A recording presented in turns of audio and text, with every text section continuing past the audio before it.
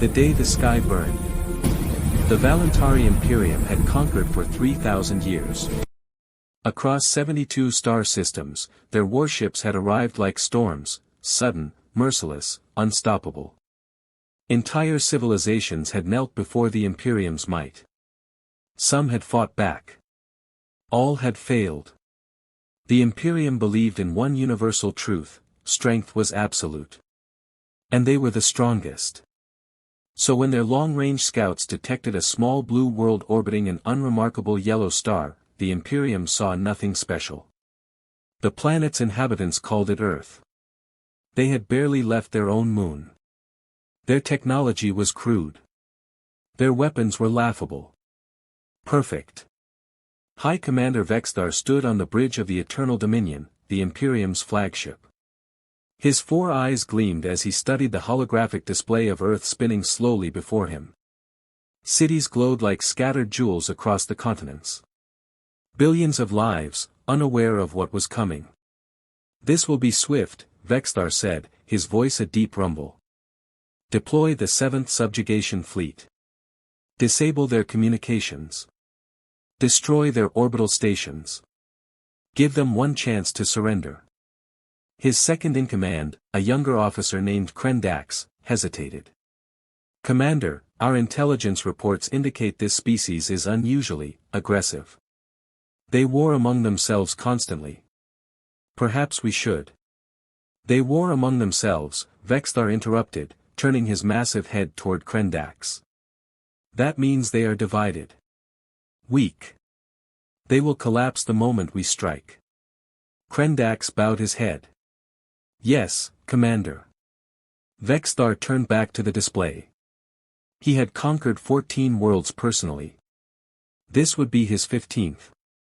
After this, the Council would grant him a seat among the Imperium's highest rulers. He smiled, revealing rows of sharp teeth. "Begin the descent. Earth, Geneva, Switzerland.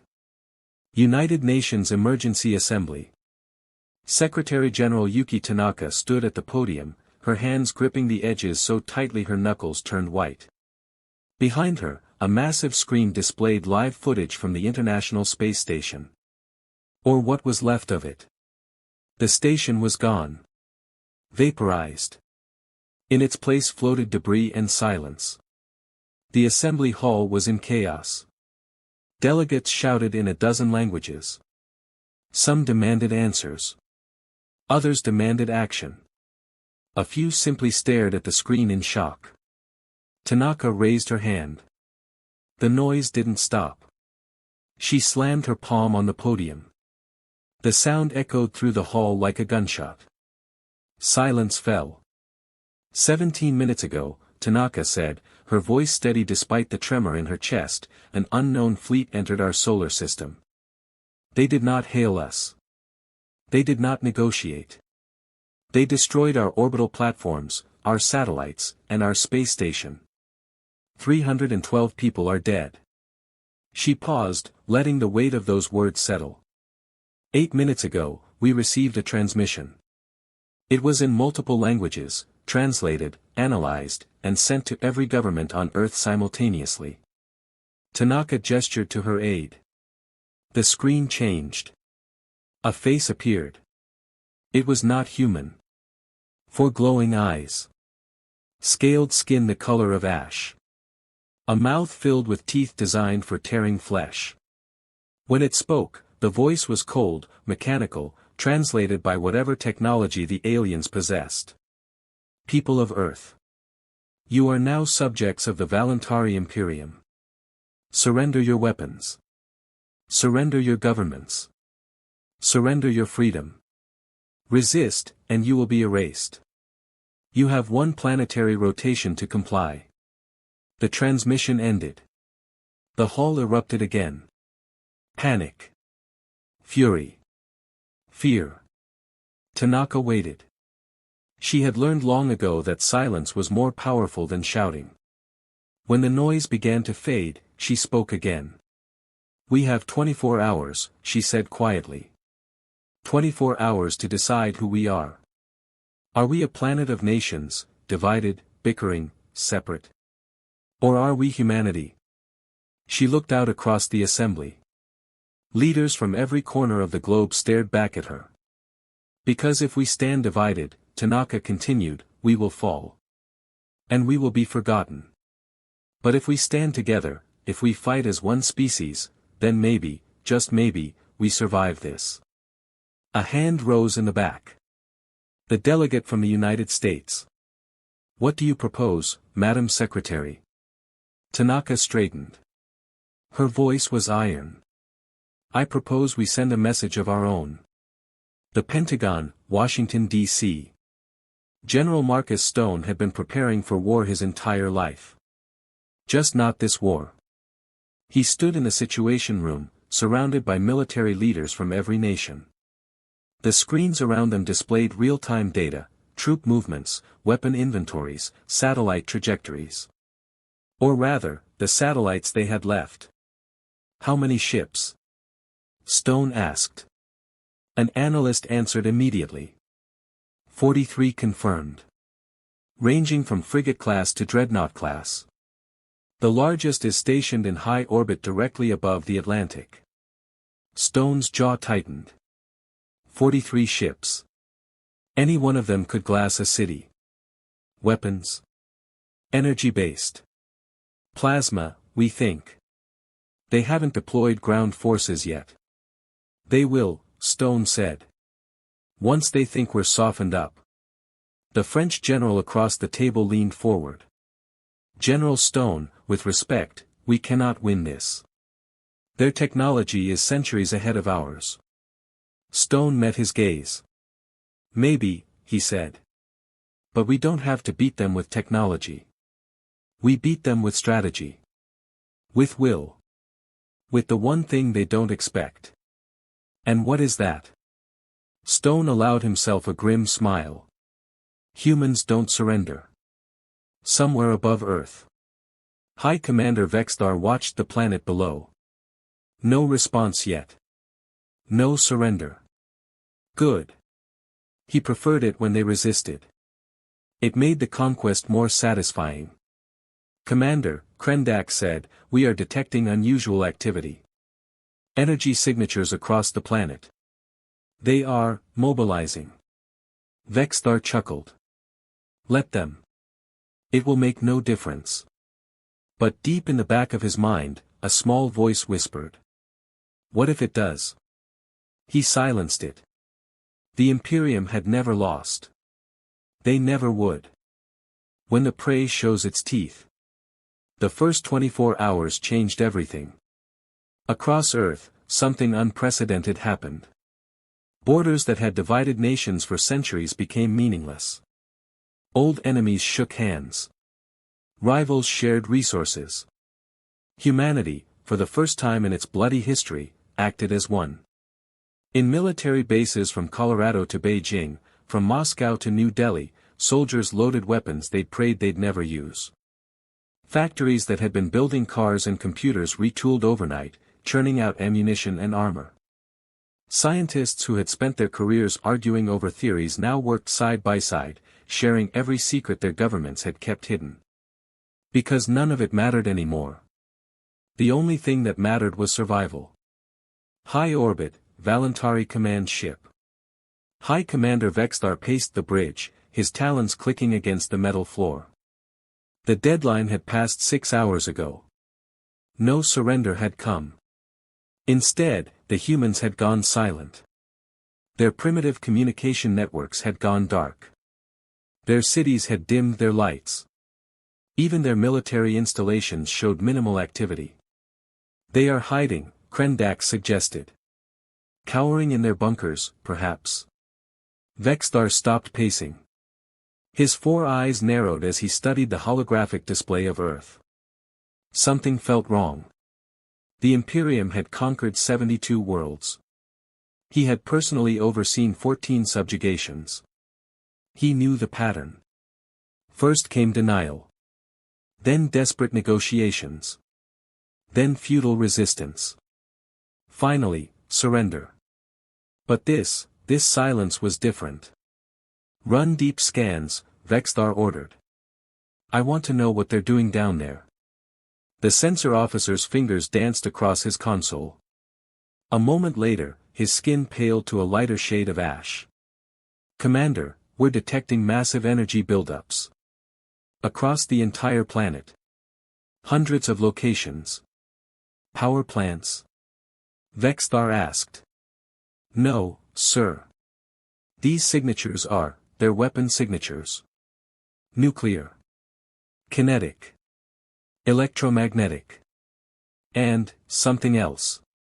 Something our database doesn't recognize."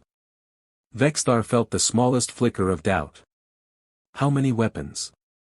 The officer swallowed hard. "Thousands, Commander.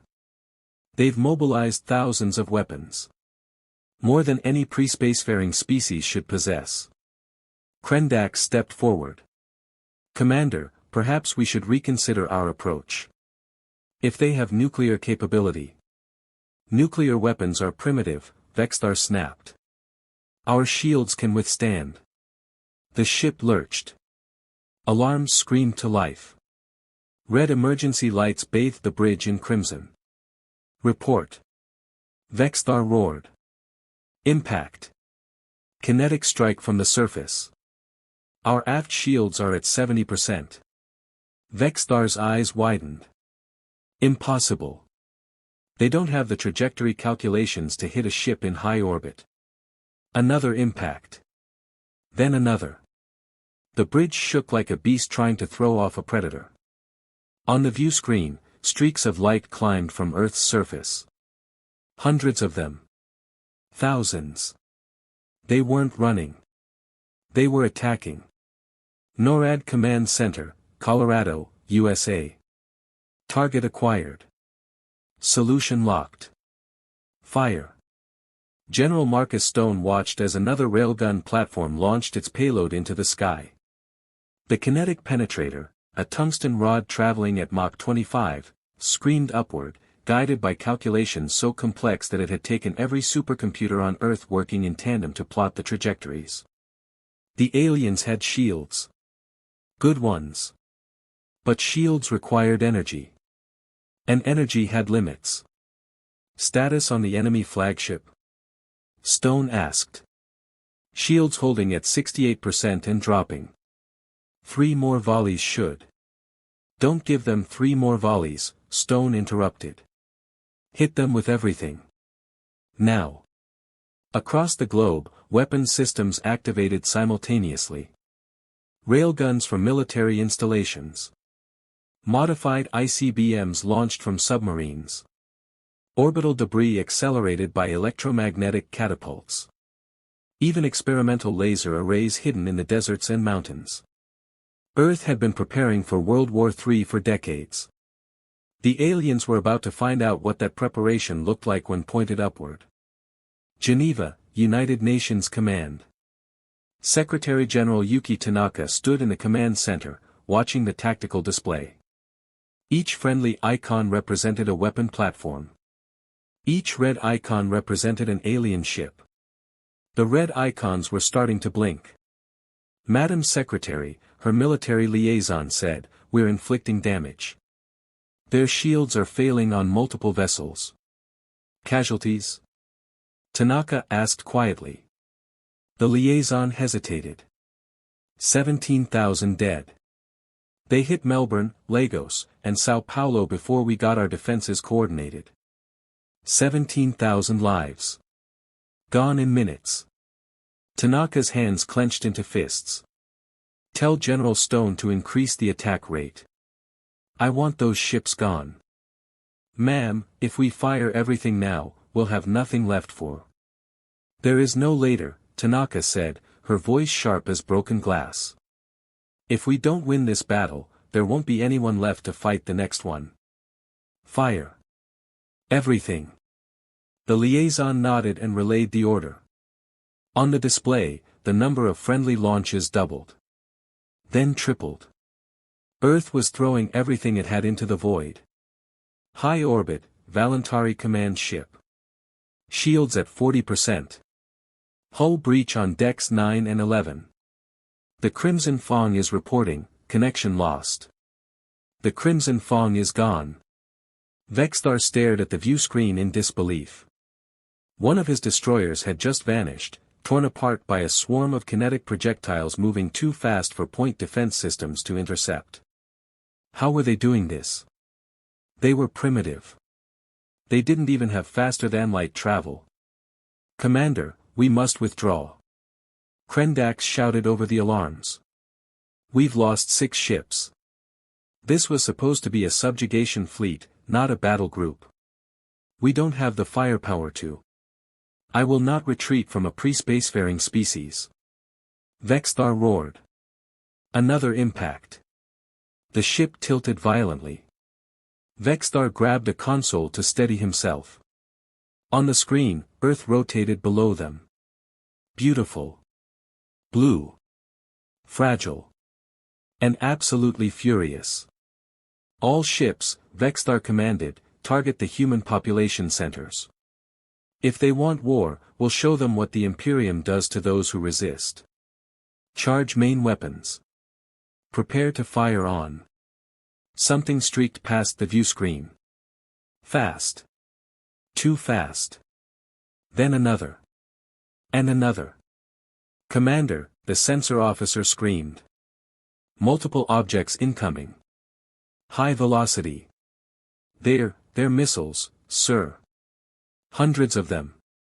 Intercept them." "We're trying. They're using evasive patterns. We can't lock on." Vexthar watched in horror as the missiles swarmed toward his fleet like a plague of metal insects. They weren't just fast. They were smart. Dodging. Weaving. Learning from each intercepted warhead and adapting. Humanity had turned their entire nuclear arsenal into a targeted strike force. And they'd launched it all at once. Brace for.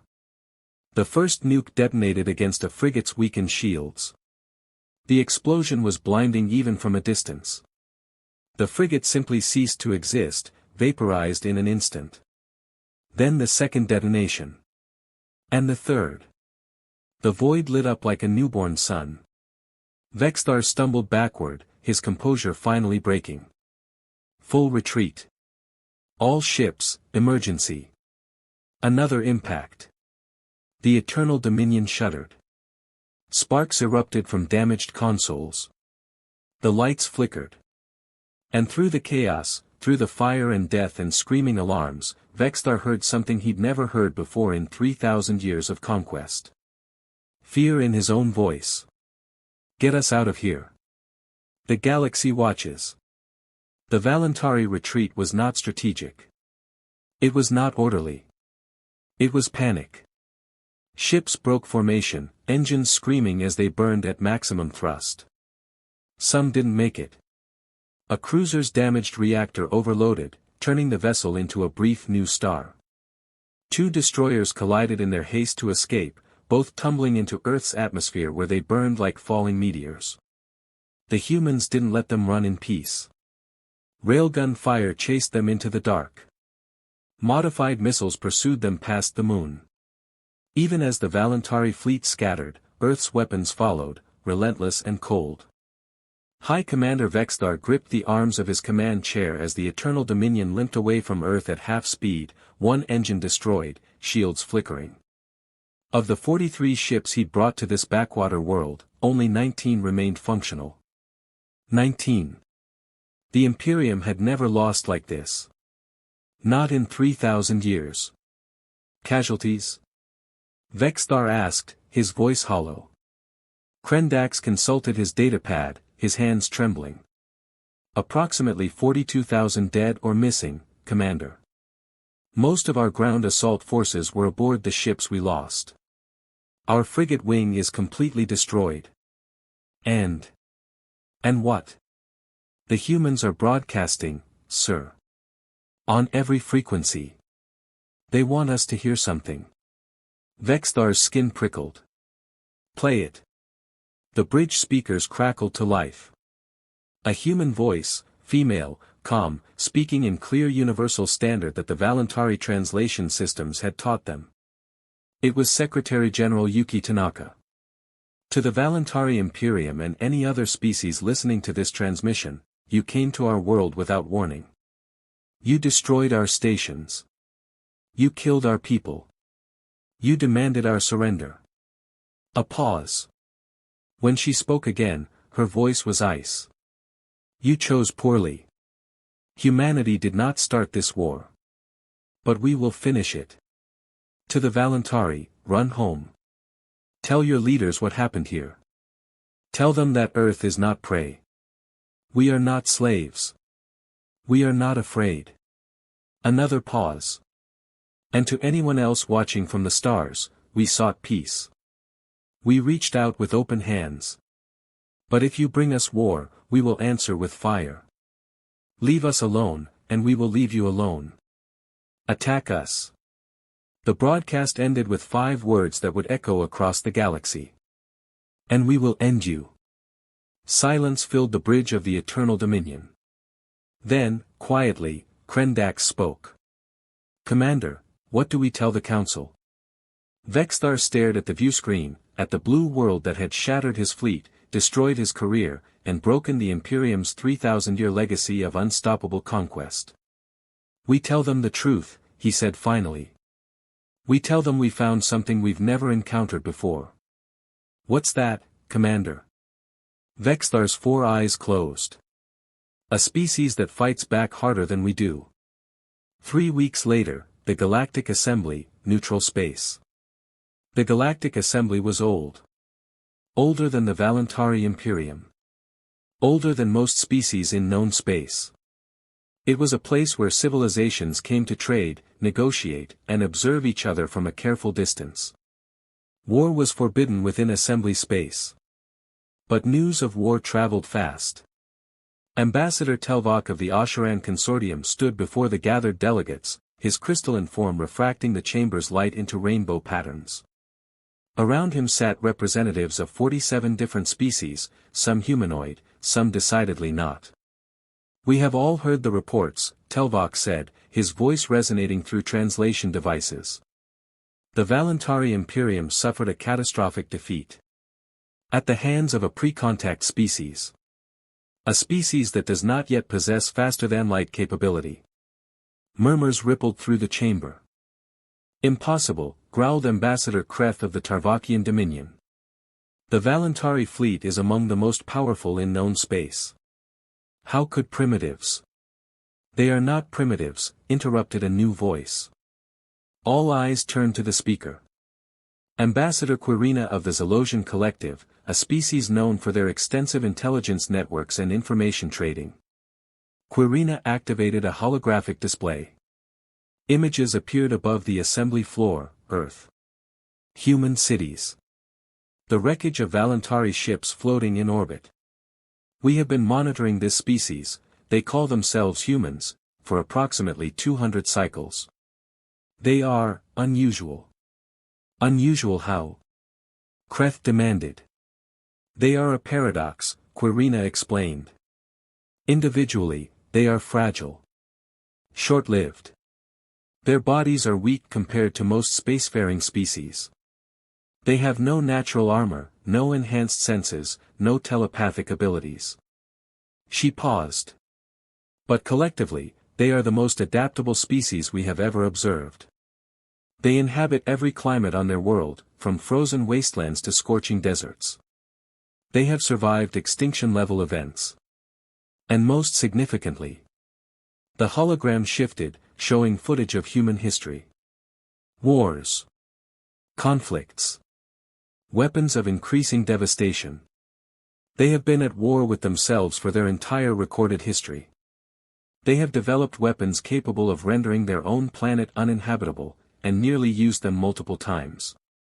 Their entire technological development has been driven by conflict. The chamber fell silent. When the Valentari attacked, Quirina continued, humanity did something unprecedented. They unified. Every nation. Every faction. Every competing interest set aside instantly. In a matter of hours, they transformed their entire planetary infrastructure into a war machine. Another delegate spoke up, Ambassador Yix of the Harmonious Choir, a species that had achieved peace centuries ago. Surely this makes them dangerous. If they are so violent, perhaps the Valentari were right to attempt subjugation before.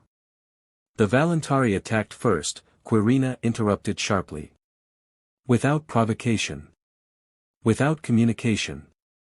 The humans responded to aggression, they did not initiate it. There is a critical difference. Kreth leaned forward, his predatory eyes gleaming. Still, if they are this dangerous, perhaps the Assembly should authorize a preemptive strike. Before they develop FTL capability and become a threat to. No. The word came from Telvok. The Asheran ambassador's form flared bright, a sign of extreme emotion. The Asherans propose immediate protectorate status for the Sol system. Any species that attacks Earth will be considered to have attacked the Assembly itself. The chamber erupted in shocked chatter. Kreth shot to his feet. You cannot be serious. Protect the species that destroyed a Valentari fleet. This sets a necessary precedent, Telvok countered. Humanity has demonstrated two things, first, that they will defend themselves with extraordinary effectiveness. And second, that they responded proportionally. They did not pursue the Valentari fleet beyond their system. They did not demand reparations. They simply warned us to leave them alone. He looked around the chamber. I ask you all, when was the last time a species showed such restraint after winning a battle? Most would have pressed their advantage. Humanity did not. They fight when threatened. But they stop when the threat is gone. Silence fell again. Finally, Quirina spoke. The Zolosians second the Asheran proposal. Earth should be granted protected status. And more than that. She gestured to the hologram of Earth, still rotating peacefully in the projection. We should hope, desperately, that when humanity finally reaches the stars, they remember that we voted to protect them. Because if we don't make that gesture now, and they reach the stars as our enemies instead of our friends. She didn't need to finish the sentence. Every delegate in the chamber understood. Earth, United Nations Headquarters, 1 month after first contact. Secretary-General Yuki Tanaka stood at the podium, addressing the world. Behind her, a new flag hung alongside those of all Earth's nations, a simple image of Earth against a field of stars, surrounded by olive branches. The flag of united humanity. Today, Tanaka said, her voice steady and clear, we received a communication from an organization called the Galactic Assembly. They have extended to us something called protectorate status. It means, essentially, that the galaxy's civilized species have agreed not to attack us. We are, for now, safe. She paused. But we are not naive. We know the universe is dangerous. We know there are species out there who do not respect peace. Who see kindness as weakness. Her expression hardened. So we will continue to build. To prepare. To advance. Not because we want war, we have had enough of war. But because peace must be guarded by those willing to fight for it. She looked directly into the camera. To humanity, we survived. We stood together when it mattered most. Never forget what we accomplished. Never forget that when faced with impossible odds, we did not break. We did not surrender.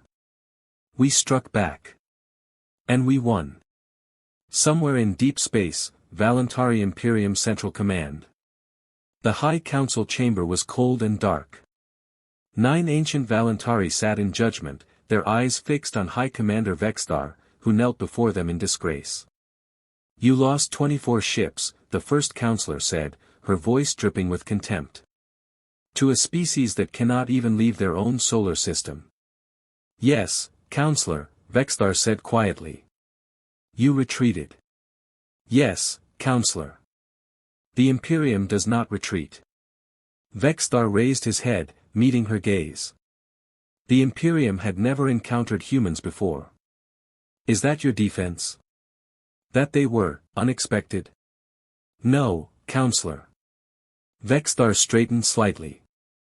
My defense is that I saved what remained of my fleet. Because if I had stayed, if I had committed to total war with that species. He paused.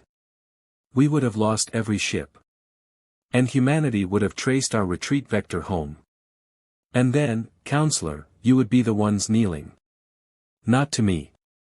To them. The council chamber fell silent. Finally, the first counselor spoke. The humans have been granted assembly protection. We cannot touch them. Not without violating treaties that keep this galaxy from descending into total war. She leaned forward. You are stripped of rank, Vexthar. You will spend the rest of your life in exile, as a reminder of this failure. Vexthar bowed his head. Yes, Counselor. As guards led him away, he felt something strange. Relief. Because exile was better than the alternative.